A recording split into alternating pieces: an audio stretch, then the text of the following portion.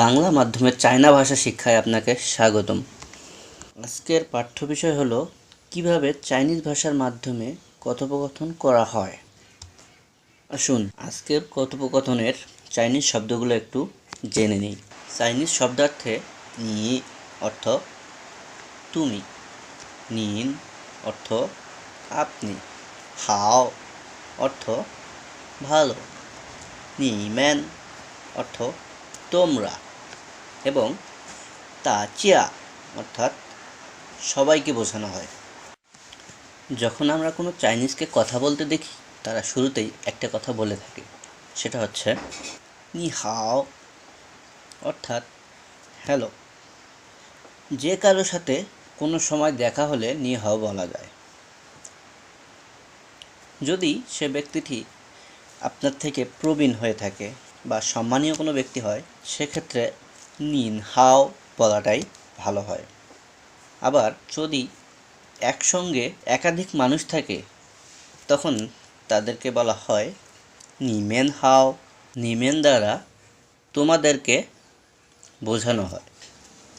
তাচিয়া হাও অর্থাৎ যখন অনেক বেশি মানুষ থাকবে একত্রে, তখন সবাইকে একত্রে এই বাক্যটি বলা হয়।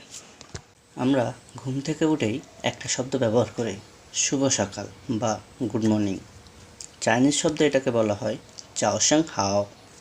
শাউ হাও অর্থাৎ শুভ অপরাহ্ন, ওয়ানশাং হাও শুভ সন্ধ্যা এবং ওয়ান অ্যান মানে হচ্ছে শুভরাত্রি।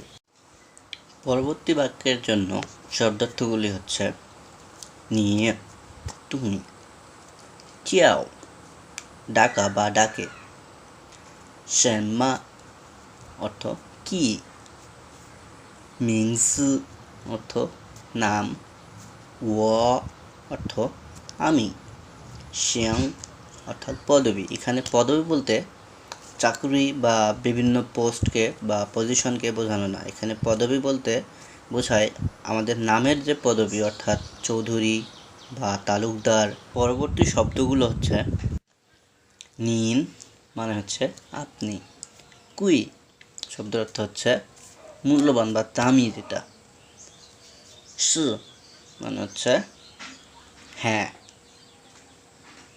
না শব্দের অর্থ কোথায়,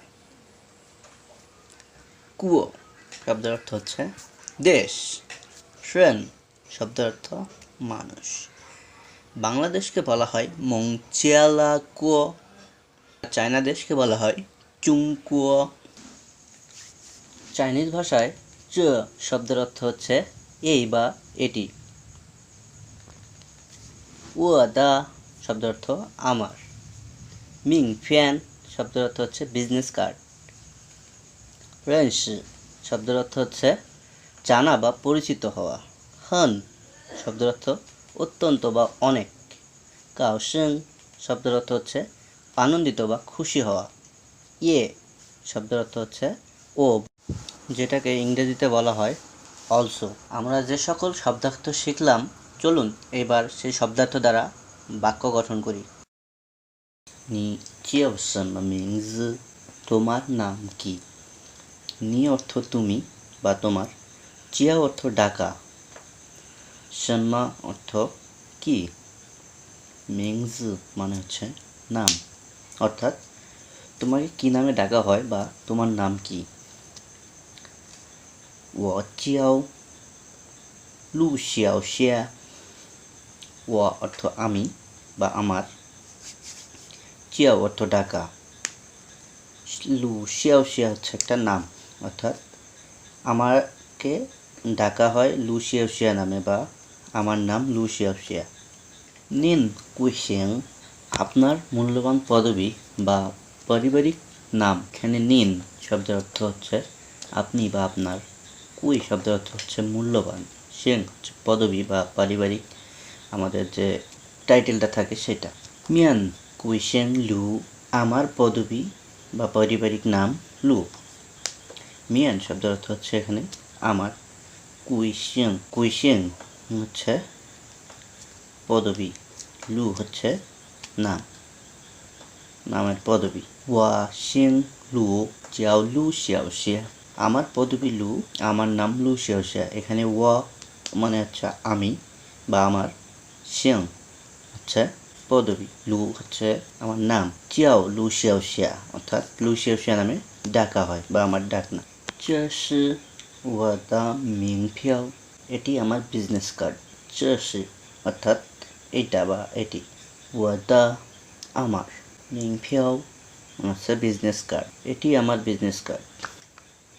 认识你很高兴, 认识অর্থাৎ পরিচিত হওয়া, 你তুমি বা তোমার, 很শব্দের অর্থ হচ্ছে অনেক, প্রচুর পরিমাণ, 高兴খুশি হওয়া অর্থাৎ তোমার সাথে পরিচিত হয়ে।